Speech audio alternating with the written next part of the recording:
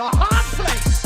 Like a wind from Goldland he sweeps by, blown far from his homeland in search of glory and honor. We walk in the garden of his turbulence.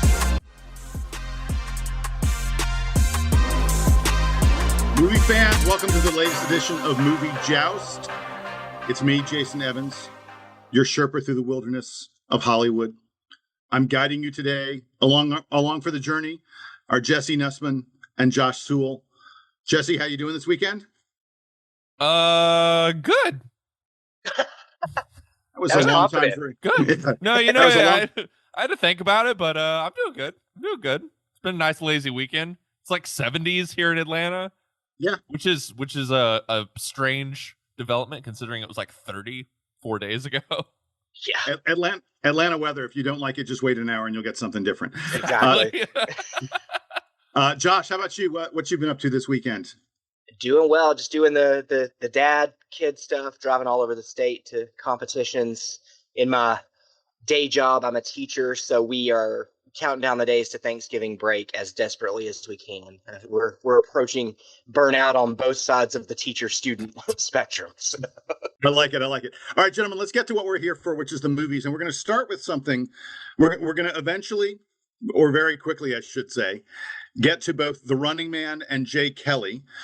Two interesting movies, I think, to talk about. We're going to start with something not that interesting to talk about. The number one movie at the box office this weekend is Now You See Me, Now You Don't. Wait, it's not the Sydney Sweeney boxing movie? No, it's shockingly, it's not. Yes. I know that neither of you have seen this film. I did see this film. I saw a screening of it a couple of weeks ago. Don't ask me why they screened it really early for me, because it's not a film that you're like, oh my gosh, I can't wait to tell my friends about it. I think it's a mediocre film. It's a franchise that frankly has never been that great. I thought the first one was fun and an interesting idea. The second one was not that good, and the third one is also not very good.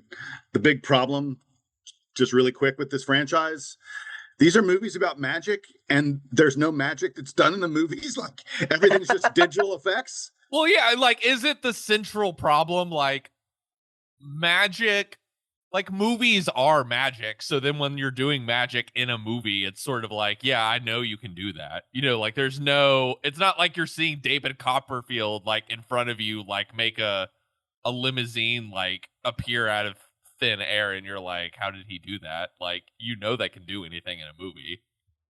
And the problem I have is all the tricks that they pull in these movies don't like, there are things that happen in a magic act where I go, oh wow, I wonder how they did that. But you're like, in your brain, you're like, oh, I think I can figure out, oh, they probably, tried this or that, or, oh, they, deceived us with the angles we were seeing things at.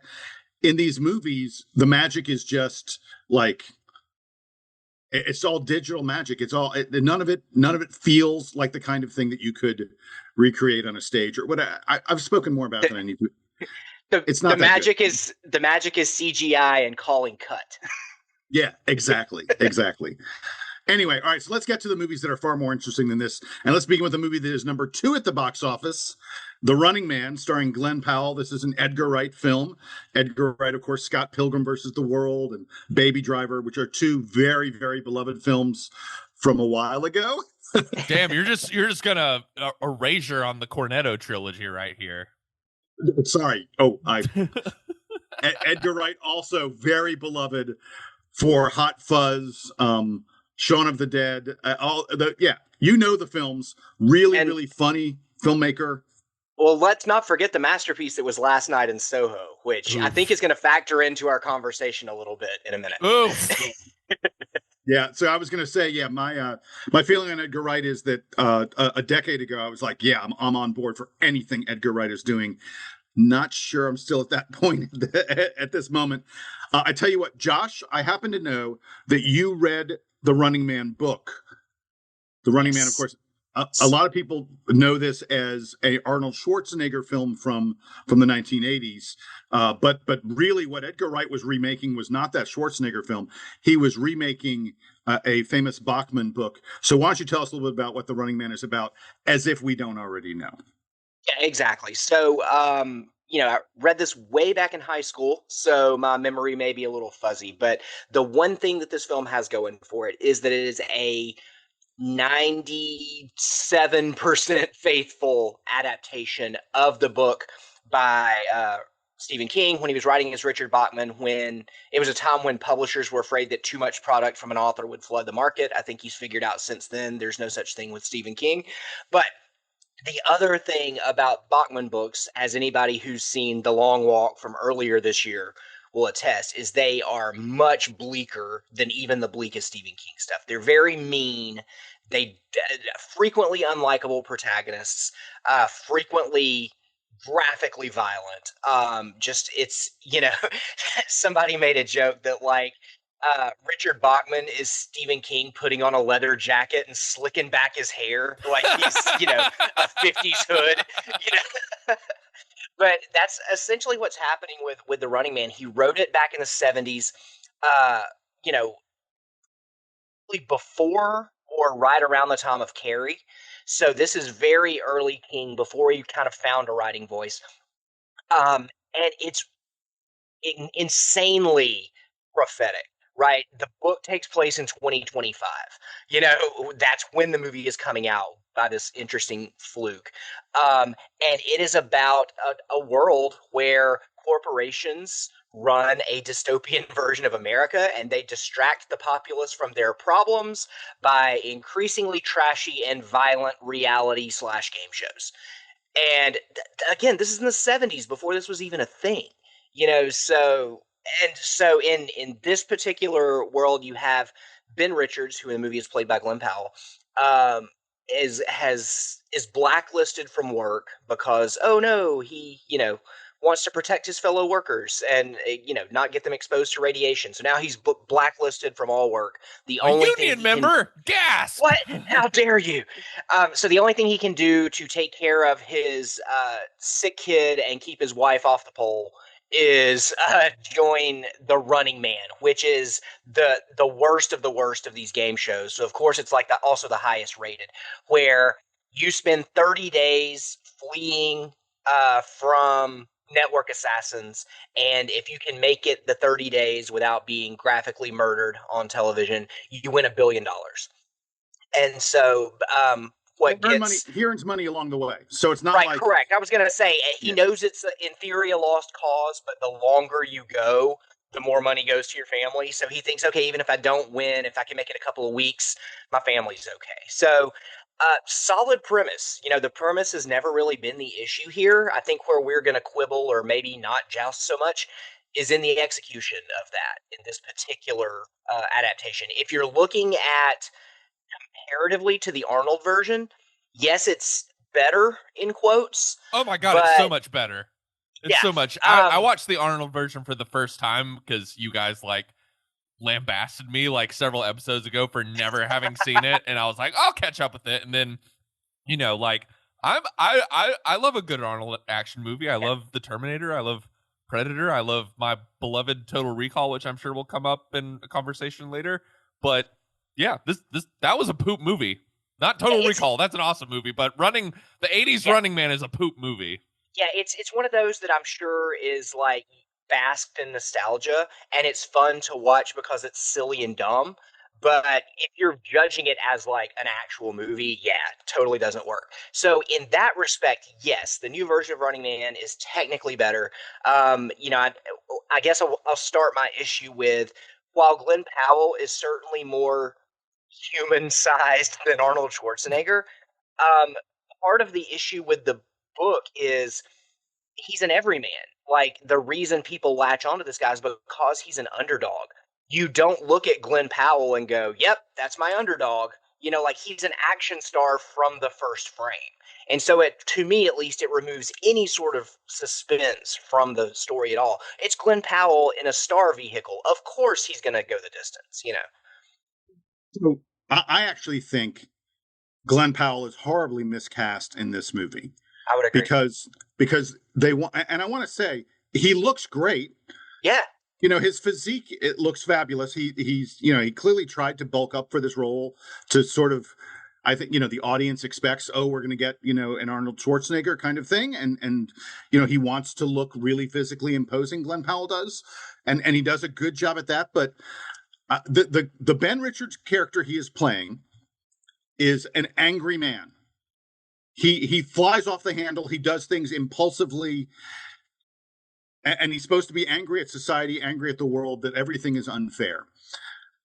Why do you cast Glenn Powell, who is one of the most genial guys in Hollywood, looks like he always has a smile on his face? At every moment in this movie where Ben Richards is supposed to go crazy with his anger, I'm like, it's not working. Like, Glenn Powell, that's not Glenn Powell.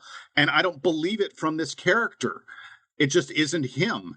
And I think it was just a mistake to cast Glenn Powell in this role, because it makes the character, the thing that works in an action movie, in a movie like this, it's comedy, it's action, but it's mostly an action movie, is that we need to feel immersed in the world. We need to lose ourselves in what's happening. And I think the problem with this film is that, A, because Glenn Powell is miscast, and B, because the final third just does not connect with the first 2/3, the final third. Mm-hmm. And I know he's following the book. Josh, you've read the book. I've read a little bit about the book. We'll talk about that in a second too, if we want to wait to get into spoilers. But yeah, Edgar Wright is trying to follow the book, but the final third doesn't connect with the first 2/3 at all. And so I kept on finding myself, every time I'd start to get immersed a little bit in the story, in the movie, every time I started to forget him in a theater and I'm there with you, Glenn, I would get pulled back out because something would make no sense in the story, or Glenn Powell, and again, it's not his fault, but Glenn Powell doesn't play his character the way you need me to believe. Yeah, I think I'll start out with kind of what I like about this, which I think is more the Glenn Powell conversation, and then we can get into some of the stuff that more I think disappointed me, because I think where I'm landing on this movie is I had a pretty fun time, but I have in the days since been a bit oh man, this had such potential to be such a incredible movie, and you there's moments where you're sort of teased with the really awesome, incredible version of this movie watching it, and then it I was satisfied, but a little sort of underwhelmed of oh man, this is this could have been a real A+, and instead it's kind of a B-. I think that B- is that was exactly my grade. Yeah. Yeah. I think I like Glenn Powell in this movie, but maybe that's because I'm totally bought into the Glenn Powell experience at this point. And I think the aspect of he's such an innately likable guy in general that I think there's an aspect of this movie that is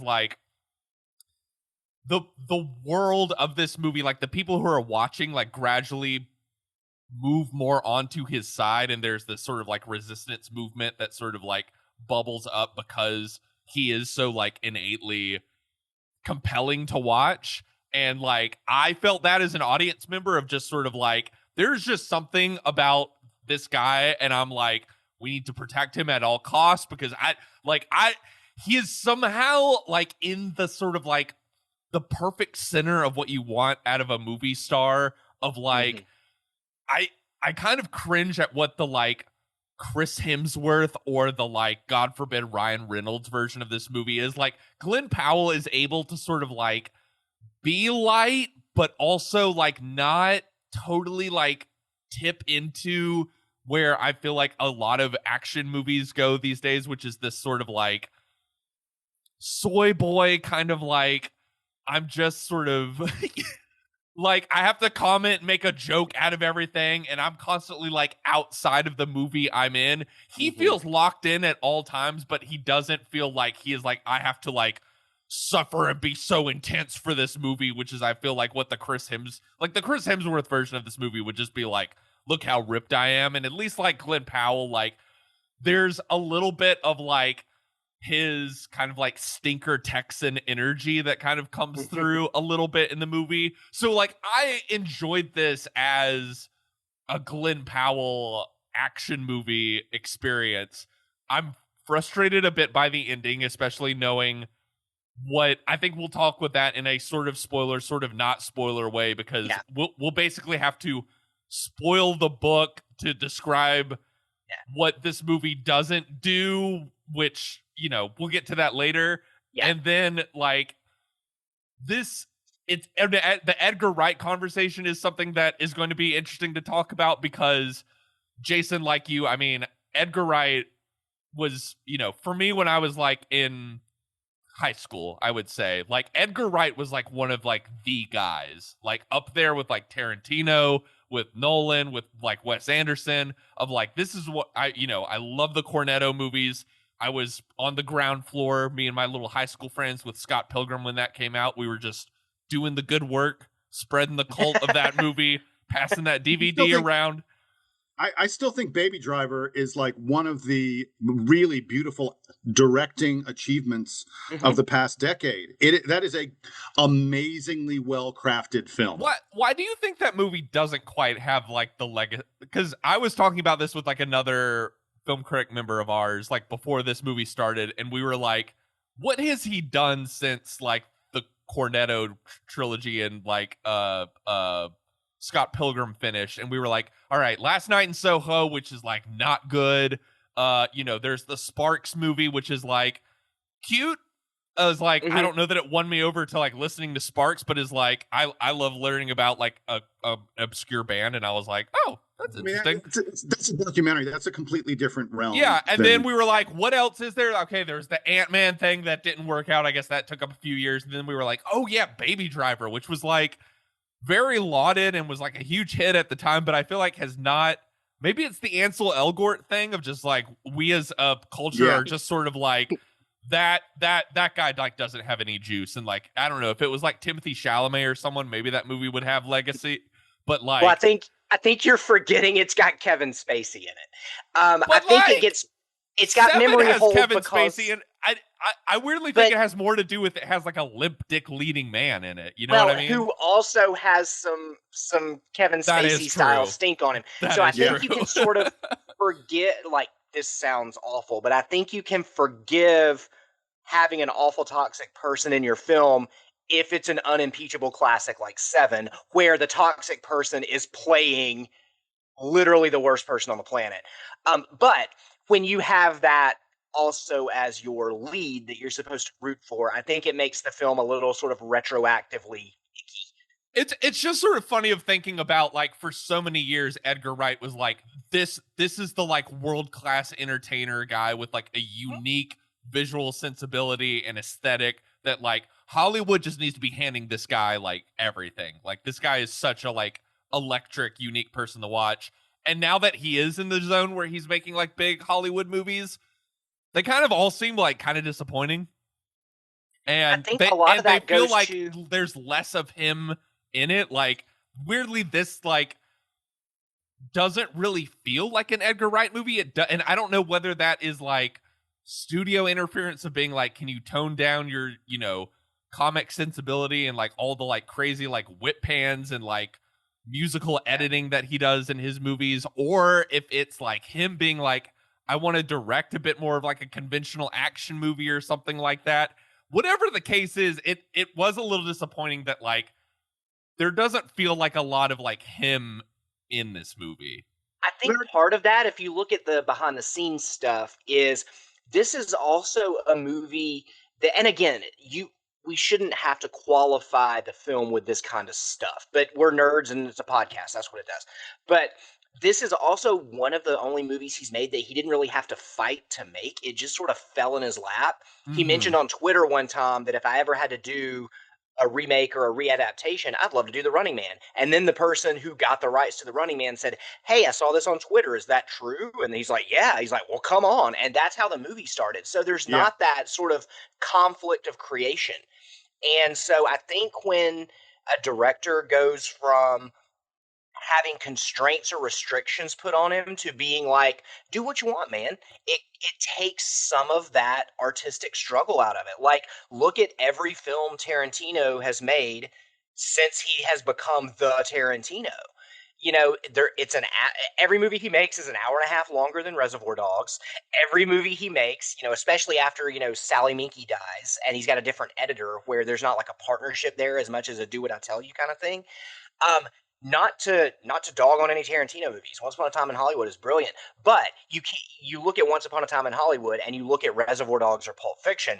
Those are clearly two different directors who have two different levels of you can and can't tell me no. The pacing is completely process. Different. Yeah. And so I think that that's what's going on with Edgar Wright here. And so I think when you don't have the limitations of a budget, I don't think when you have the limitations of here's who you can and can't cast, it takes a little bit of that fighting for what I want sting out of a director. And I wonder if a little of that is, we're getting a little off topic, and this will be the last point on the Edgar Wright thing that I'll mention is like, Scott Pilgrim kind of was his like first huge blank check. Like that was a big budget movie, and that feels like his style taken to like the most extreme. Like I think that's the best thing he's made. That movie has, I think, now been like fully canonized, but it was a giant bomb at the time.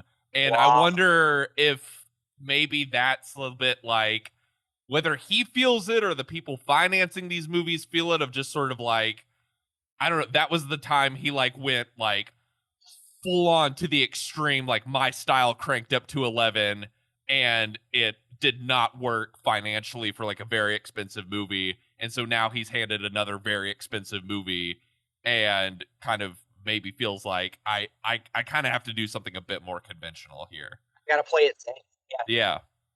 Which is not what you want in a movie like The Running Man. Like The Running Man, the book is not safe whatsoever. No. And there's moments in this movie that I feel like, it gets so up close to the line of like a Paul Verhoeven movie. You know what I mean? Of like those like 90s, 80s Paul Verhoeven Hollywood movies like RoboCop and Total Recall and Starship Troopers, of like a kind of like cartoonish over the top sensibility that's also rooted in like a very like mean-spirited satire about the world we live in.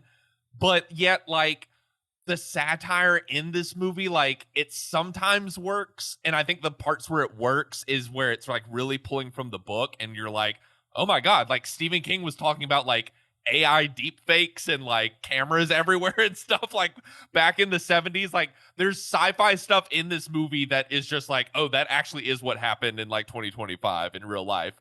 But then there's other stuff in here, like there's a whole like extended bit that's like a Kardashian joke that is sort of like, I don't even understand that at all. I mean, I get it, but it just sort of feels like that's like 10 years ago. Like we're on like decade number 2 of like the Kardashians as like I don't think that's like as smart of a joke anymore to be like, oh, people are just watching this dumb rich family, fight about shoes and stuff like that. And so like, sorry, Jason, did you want to?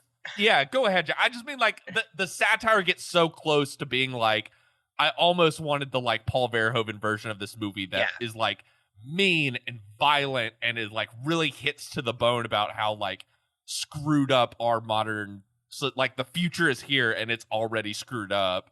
But the satire in this movie, it just kind of, it's hit or miss at times. Yeah, you want the R-rated version. This is the PG-13 for sure. Yeah. Look, even though it's technically R. Even though it's technically R. Look, I don't know that we need to spend that much more time talking about The Running Man. I think that we are largely in agreement that like it's it's a movie that is fun at times and funny at times. By the way, we haven't really gotten into the cast very much. Josh Brolin's really good. Josh Brolin really fun, yeah. Josh Brolin's he plays the, a TV executive, a show producer. Coleman Domingo, I think, is kind of cashing a check here. I thought he was great. Oh, no, I disagree. I love Coleman Domingo in this. Yeah. I just don't think the role is meaningful at all. I feel like he gets the vibe it's a peacock of the film. role. Like it lets him just be over the top and campy and like have fun. You've also got the fact that I feel like Coleman Domingo and Josh Brolin are going for the Verhoeven style tone, where they understand how greasy and gross this world is, and you've got to have a lead who feels like he understands that too and can match that greasy, gross energy. And when you have a guy, look, there's no shame. Like we used to understand movie stars didn't really have a ton of range, and that's what made them movie stars. And so I feel like there's no shame in the fact that Glenn Powell is only good. Only sounds bad. That sounds like a backhanded comment. That Glenn Powell is really, really good at a couple of different things. That's fine. That's all we need him to be. But when you have a guy who literally went viral as being a meme for being a human capybara, you can't have him matching the scumminess of a Josh Brolin or a Coleman Domingo. And, Exactly. I don't know if this is where we want to talk briefly about the end. I think we have to at least, I think, Josh, you should explain to us, the very nihilistic ending of the book, which... So, then kind of we can talk about, what the ending of the movie is, which is, and then we can wrap up there, messy, weird version of how do we adapt this, ending of a book that, I would have loved to have seen, but, when I kind of, read what the ending of the book is, I was like, yeah, there's no way that a mainstream movie would have done that. No, especially post 9/11. Yeah, so the book ends with Ben Richards sort of matching everyone's bleak nihilistic energy with, again, a book written 25 years before this happened. Ben Richards turns into a suicide bomber, hijacks a jet, and flies it into a skyscraper and kills everybody involved in this corporation, as well as hundreds of people in a studio audience watching the film. So you can't have Glenn Powell turn into a 9/11 hijacker. I get it. And I know that 9/11 has faded from the public consciousness a lot, especially, since it's being taught as history in history classes and not as current events. But Glenn Powell is not a suicide bomber, and the film realizes that. The film twists the ending to where Josh Brolin's character does it himself to make him look like that he's going to be a suicide bomber, but then they shoot the plane down before it reaches the skyscraper and the corporation wins. If that's your ending, it works. That is a bleak, nihilistic ending that tells you billionaires always win, the people in power will continue to have power, which is a very sort of bleak, angry way of looking at the world right now. It's not a happy ending, but it's a realistic one. But audience would have rebelled. Audience would have hated they that. would have, And so I don't know if there was a test score thing going on, but it really does feel like in some version of the script, that's where the movie was supposed to end. But then they tacked on this extra 10 to 15 minutes where they're like, or did it? Where it sort of turns him into a sort of mythical, violent Johnny Appleseed or something. Where it's like, oh, did he die? Maybe he's out there. And right, they have to be like, oh, his family actually wasn't killed, and he's actually been helping them this whole time. And which in the book, movie turns it's unquestionable. In the book, it's unquestionable. They killed his family. The movie turns into a Vox explainer video to basically be like, actually, what you just watched in the last 10 minutes is literally did. You have a YouTuber explaining it to you. And so, it sort of reminds me of the ending to another movie I think I gave light Verhoeven comparisons to earlier this year, the Mickey 17 ending, where it felt like all of a sudden wait, this just sort of feels off and feels like a weird I don't know where the story was going. It doesn't match where the story was going. Right. It just sort of feels like this weird out of left field sort of well, we got to give some sort of happy ending to this movie.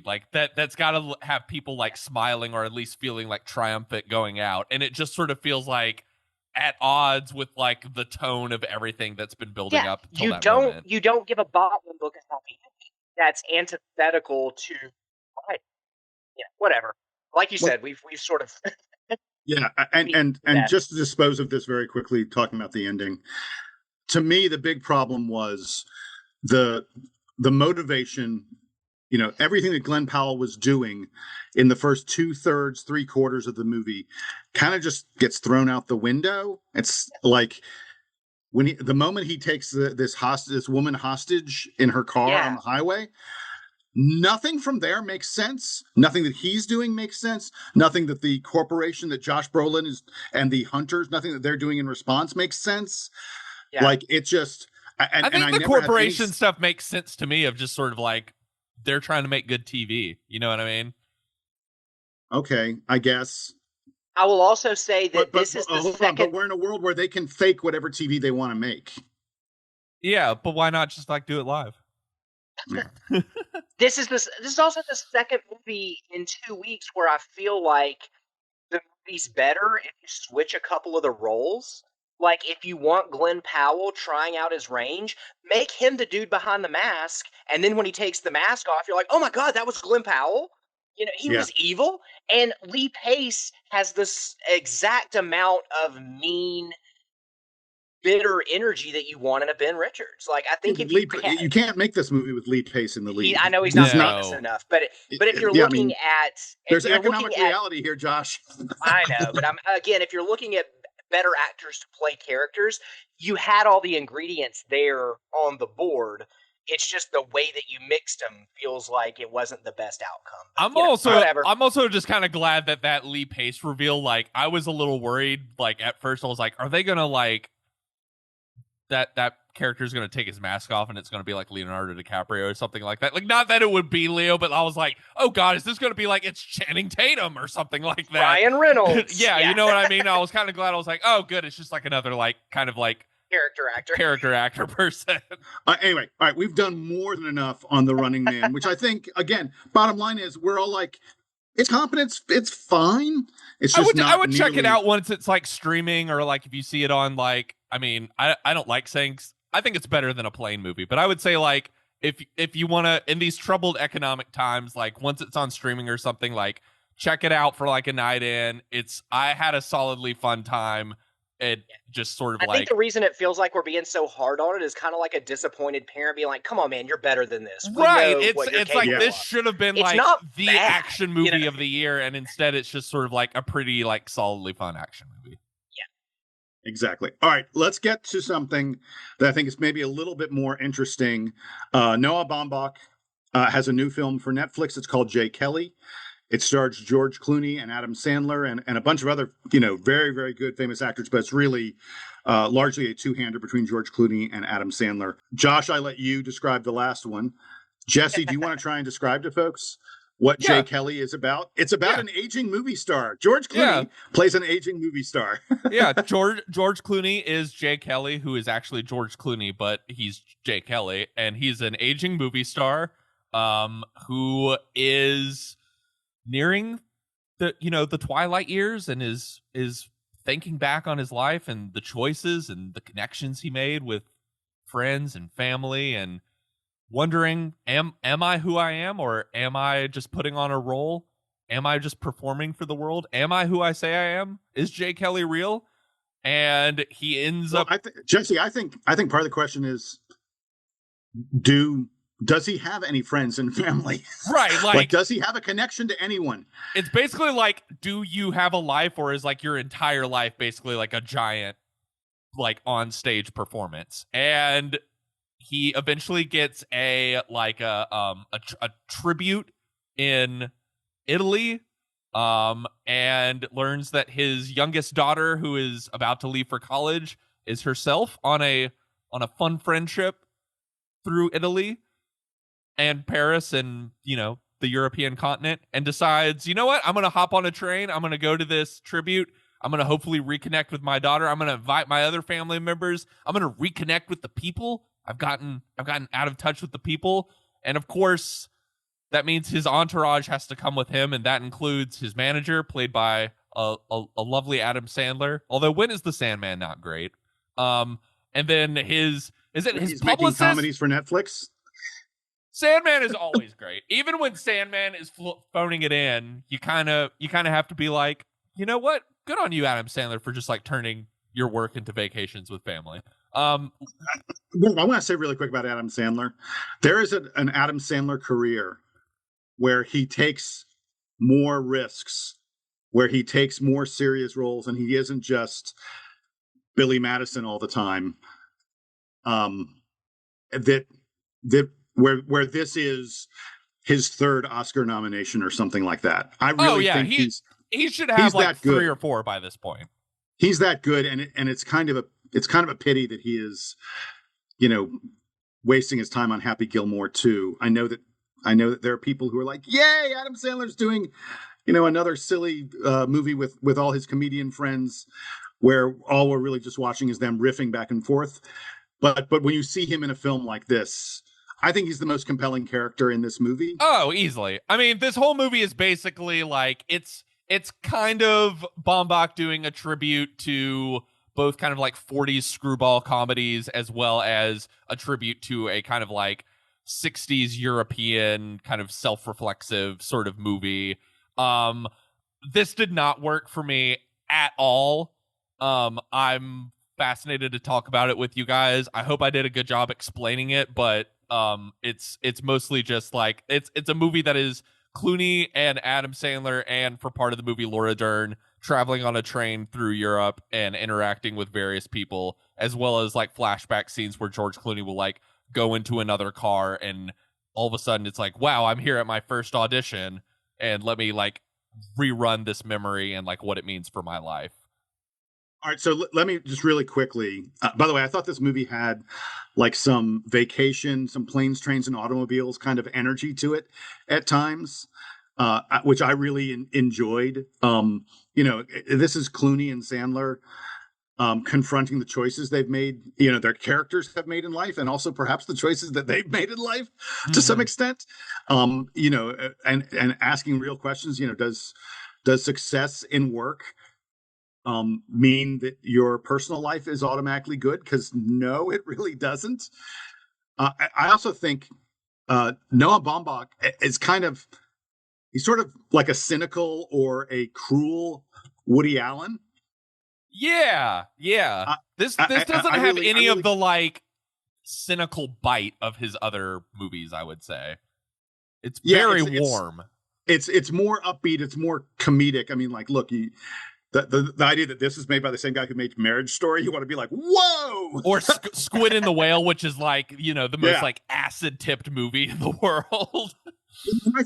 I thought this movie had some wonderful moments of humor. It has some real honesty at times. I think we're looking at some really strong performances there. We could get into the cast. The cast is like, famous actor after famous actor. I mean, everybody wants to work with Noah Baumbach, and they come on for little moments. Good God, Stacy Keach is in this, and I really like a lot of the things about this film. But Jesse, I think I largely agree with you. In the end, like the sum of all the parts, I was sort of like, do we know exactly what we're trying to say, and are we conveying it accurately to the audience, or is this more just like, hey, let's have a retrospective and let's reflect on George Clooney's wonderful career? They do a montage of his films toward the end of the movie. That's the best part of the movie. I mean, that's the most interesting part of the movie. I think I'll throw it to Josh next because I'm really excited. Well, no, Josh, you didn't see it. No. You weren't there. Yeah, you were absent. Still along for the ride on this one. Yeah, I was just enjoying the conversation. So feel free to ask questions, Josh. I forgot you weren't there, but like, yeah, I feel like this is a movie that is like it's wanting to convey one thing and instead it comes across as something else. It's wanting to be this very like introspective kind of meta look at celebrity and performance and making you think about Clooney and Clooney's career and like the sum of that and all those things you mentioned, Jason, about like I think one of the more like profound lines in this movie is Clooney saying like all my memories are movies, and this idea of like movies for someone like that being these sort of like frozen in amber like pictures of time and like where you were at a certain place in time. But the movie doesn't come across as any of that. I mean, the closest it gets is that ending where he's like watching and like tearing up at like the montage of actual George Clooney movies. But most of what this movie to me came across as is kind of like the parody version of like the pat on the back Hollywood Oscar movie, where it basically kind of just comes across as like, yeah, when you work in Hollywood at the movies, you're there's a push and pull between like needing to be a person to your family, to your friends, but also like you got to be a person to your fans and to the people and to the industry. And like what's maybe you have to sacrifice some family time, but is it worth it in the end when you get to make Peacemaker and so many clips of the Peacemaker in that montage of it was unbelievable. I mean, it's clear there were Well, some movies they could get rights to and some movies they couldn't. So Right. we got a lot of Peacemaker in the retrospective. Go ahead, Josh. You were going to ask something? I will just say, like, as the outside observer who's basically just following the discourse because I had a scheduling conflict and couldn't make the screening, and first world problems is why does Netflix suck at sending out screeners in time for people to watch them to talk about them, but that's okay. That's a different issue. You'll get one like 4 days before it arrives on Netflix. Right. Is how these have been working. But this is one of a couple of different movies Netflix is putting out this award season about the magic and awe and the wonderfulness of film. And it's like, and we're going to put them on Netflix and not promote them, where they will languish away. And we'll put them, we'll do a perfunctory release so that we can get some nominations. And so, like, it's weird and semi-hypocritical that you've got artists working for a company to talk about the magic of movies for a company that clearly doesn't care about movies as an art form whatsoever. And, between this and Nouveau Vague, which Linklater is putting on, which just hit Netflix, right? Which is about the making of Godard's Breathless, not to hijack the conversation. But, like, number one, who of the average Netflix subscribers like, yes, I've always wanted to know more about Godard. And God, for the no. people who do that movie, at least, like, because it is about like a shoestring budget movie, like it gets like a little bit more credit into, like, I agree with you, Josh. Like, I don't know like who the audience for that movie is, because like if you know about the making, if you're a fan of the movie Breathless, you probably like know all the information in the movie, and if you're learning about it for the first time, I don't really, you know what I mean? But like, there's something about the way that like this movie is like both so enveloped in a kind of like super rich kind of Hollywood star that almost like overtakes the magic of moviness in it. And there's a little bit, it feels very first world problems. And it even like the aspect of the Adam Sandler character, which is like the central relationship. Noah Baumbach movie feels first world problems? No way. This one especially, because like at least like Marriage Story or like some of his like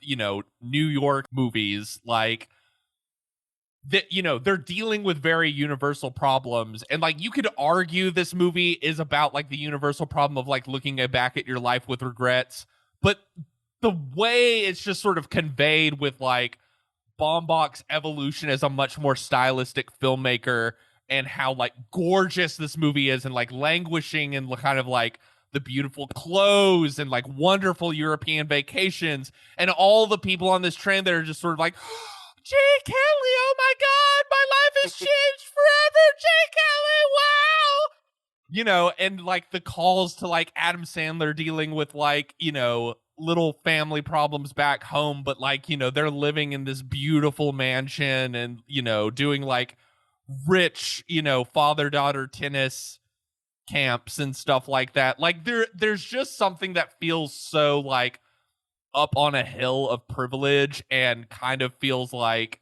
rich people, a bunch of really wealthy, successful rich people being like, man, isn't it so hard being wealthy and rich? But like, I guess the movies are our legacy, and isn't that powerful? And like, I don't know, just in this day and age, I kind of walked out of the movie being like, I don't know, maybe this like is impactful if you're like an Academy voter or something like this, but just as like a normal everyday person, I kind of was just like rolling my eyes the entire time at this movie. Like, sure, I have to sacrifice for my art, but the only thing I have to show for it is an Italian villa.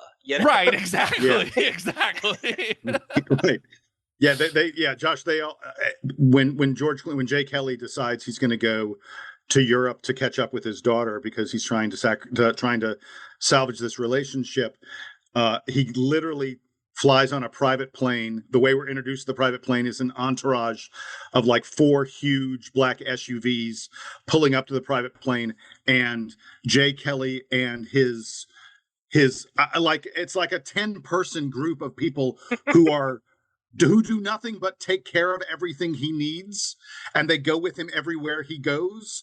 And they like, there are literally moments where he's like, I'm fully here, and then at that moment, like his bodyguard hands him a cold drink and he hasn't even asked for it, like it's just magically there. And like, it's not, none of it feels real or earned. And throughout this movie, one of the problems I had was all the conflict. You feel like you want to be like, dude, you had chances years ago to, you were a huge movie star, maybe take a week and hang out with your family as opposed to be rushing out the door to do the next movie. That was a choice you made years ago. And you're not allowed at this point to be like, oh no, I need to make up for it now.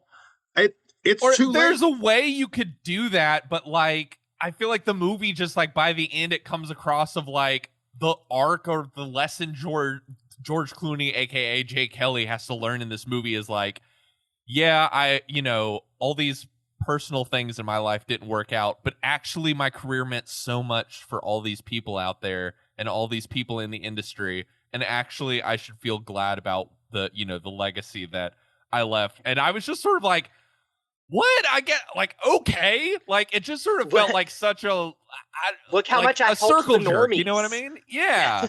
And like, I love the movies, but it just sort of felt like such a like, oh, I have to learn the lesson about actually like how magical and important I am being a movie star. And I don't know, this is the last bit I'll bring up, but like, I forget who it was, but I saw someone on Letterboxd mentioned like in reference to the like wealth porn stuff that we're kind of talking about. Like there's a way in which someone like Sofia Coppola is able to sort of indulge in that, but indulge in that in a way where it feels like empty in a way. But throughout she's this movie, aware how hollow all this is. Right, there's a hollowness to it, whereas like all the stuff in this movie, it feels very like magical in the way that like Baumbach is shooting it and like portraying and like the Nicholas Britell score and the like Linus Sandgren like beautiful cinematography, in which case like everything is like the film is gorgeous, glistening. It is like an impeccably well-made movie, but in a way that sort of I feel like undercuts the movie's message in a way. Yeah, it's, and this is the last thing I'll say is somebody who, clearly hasn't seen the film, but like it does feel like it's coming along at a weird time where like the movies that seem to be making most of an impact this year are burn it all down movies, which The Running Man is for 2/3 of its running time. One Battle After Another. I mean, even stuff like Sinners is a burn it all down movie. And I feel like that's resonating with a populace now that's like, yeah, it's really hard for me to worry about Jay Kelly's problems when my healthcare premiums just skyrocketed 1,000%. Yeah. And it feels like, if you're going to own sacrifice for your art, magic of the movies kind of films, like, as much as I hated Megalopolis, we also get the follow-up stories about Francis Ford Coppola going, yeah, I'm broke now, and I'm having to sell everything I own because I took a risk on my art, but it meant enough enough to me that I want to do that. Like, that's sacrifice. If you're going to say like, oh, poor, pitiful rich people, he's like, yeah, I was super rich and I lost it all to make this piece of art I care about. That to me feels more of a sacrifice than like, oh no, I lost time with my family to make $1 billion and to be remembered throughout history. This movie really, one of the failings of it is it never makes a real value judgment on the choices that Jay Kelly has made throughout his lifetime. And I think that's one of the big failings of it. We're sitting here watching, the absolute excess of his wealth.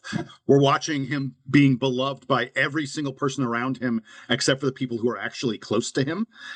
And the film can't ever decide, okay, did Jay Kelly make the right choices or the wrong choices? Because like Jesse said, at the very end, he gets to sit there and cry as he watches a montage of his past work, and as the entire room rises up to applaud his wonderful art. Although it's worth noting that no one close to him other than Adam Sandler has made it all the way to the end with him to enjoy this.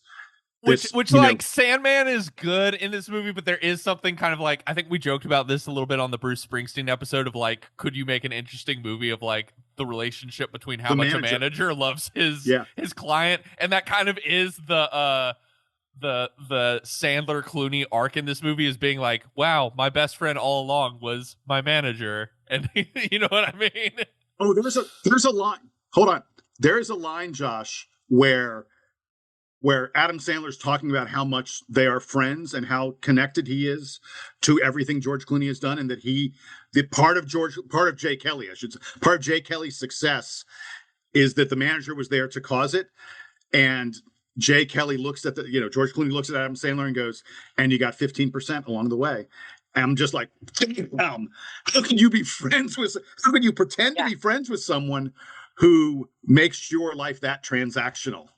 And but the problem with the movie is it never gives us a value judgment really on, is that true or false? Are they really friends, or is this a purely transactional relationship?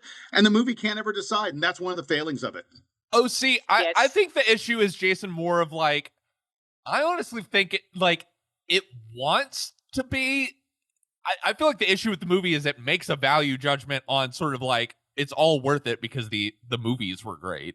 You know what I mean? Like, that's like, if it had really been of like the push and pull of like, maybe you as an audience need to think of like, and like leave Clooney thinking deeply about like what was more worth it, like this body of work or, you know, the relationships with friends and family. But at least to me, the movie came across as like, by the end, it's like, yeah, you know, it's those friends and family members aren't coming back, because like he looks around the audience and he sees like the older versions of himself or like members of his family, like their spirits in the audience members, like watching and being like, wow, The Peacemaker, what a film. You know what I mean? Like, that's almost like the issue to the movie to me, is like it ends on more of a like, wow, but you know what? You made movies that'll last forever, like The Peacemaker. My point would be that I find that and I agree with you, that's sort of where they are at the end. I don't think that ending is earned, and I don't think that ending follows the journey that we've been on with this character throughout the rest of the movie, which is, oh my God, my children don't like me. I don't really have any friends. My best friend from college doesn't speak to me anymore, and we're getting in fist fights. Yeah. My best friend is my manager, who I pay 15% to be my best friend. And then at the very end, he's quite literally wandering through a forest, looking around and trying to discover, what have I made of my life and what am I doing here? And then the film concludes with him watching a montage of his movies and being like, oh no, never mind, it was all worth it. And I don't think that is earned in any way, shape, or form. And so I think that's the failing of the movie. And I think that may be the failing of Noah Baumbach, whatever. I pronounce his last name, whatever. I think he doesn't know the answer to that either. Okay, Baumbach. He doesn't know the answer to that either. And so we're left with a film that is ultimately unsatisfying, even though along the way I kind of enjoyed it. All right, enough. Josh, give me a final word. That's enough. Yeah. So yeah, it sounds like you've sold or not sold me on it, which is, you know, an interesting movie for the wrong time in history. And good to watch the performances I don't think everyone's great in it. I mean, like, there's no one's like bad in the movie, and like as you said, Jason, like the movie looks incredible. It's just sort of like you kind of get to the end and you're like, that's it. Like, this is a weird award season year, like even more than usual, in that the vast majority of our front runners are movies that, like, by the time it's over, the general consensus is like, well, yeah, but so what? You know, like, yeah. Maybe that's a good preview for next episode, because Jason's giving the look of like, geez, guys, I want to go spend time with my family, because this podcast is not The Peacemaker. The and is podcast not worth it. was worth it. Yeah. Our 40 subscribers are really what makes it all. All right, so next week, it's still award season. We got some big ones. We're seeing Hamnet. This is Yeah, but are supposed we to going be. to talk about that next week? I don't know, but I'm gonna tell people what we're doing. Okay. We're seeing Hamnet. We're seeing Wicked for Good. What else am I saying? Marty Supreme. Marty Supreme. Yeah. It's a big, And then big old week. They added something on. And also 12 other movies playing at the same time that you're having to choose between. Yeah, I think most of those will be like December releases. It seems like next week I'm going to predict we're definitely going to talk about Wicked next week because that's Wake Up Dead Man. Yeah, I think those two seem Yes. like the two big Thanksgiving releases. So I think why don't we do those next week, and then December will be, we'll talk Marty Supreme, we'll talk Hamnet, we'll talk, Big Dick Jim coming back to the land of Pandora. We'll do all those things. That's the name that they have on the poster. Like that's what he. The DGA poster- arbitration. No, the poster is just on. like the last shot of Boogie Nights, but it's James Cameron instead of Mark Wahlberg, just like unzipping his pants. And Did you just do that? Wow. Impressive. All right. That's a good place to wrap it up. Yeah. Until next time, this has been the Movie Joust. I'm Jason. That's Jesse. That's Josh. We will see you at the movies.